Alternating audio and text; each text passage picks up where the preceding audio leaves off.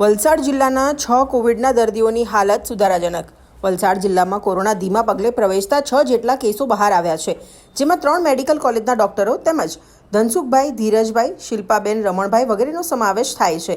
In charge મુખ્ય જિલ્લા આરોગ્ય અધિકારી HP સિંઘના જણાવ્યા અનુસાર આ તમામ દર્દીઓમાં વધુ પડતા સિમ્ટમ્સ જોવા મળ્યા નથી।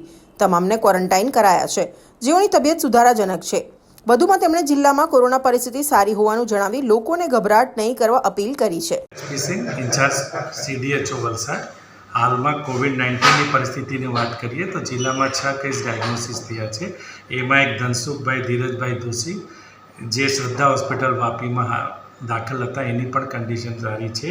આના સિવાય 3 મેડિકલ કોલેજના રેઝિડન્ટ ડૉક્ટર્સ, એની પણ કન્ડિશન સારી છે। જેટલા પણ કેસો ડાયગ્નોસિસ થયા છે એમાં બધા સિમ્ટમલેસ છે, કોઈને પણ કોઈ પણ જાતની કોઈ સિમ્ટમ્સ નથી। કોઈ પણ દરેક નાગરિકથી મારી અપીલ છે કે જિલ્લા તંત્ર આના માટે સજ્જ છે, કોઈને પણ ગભરાવાની જરૂર નથી।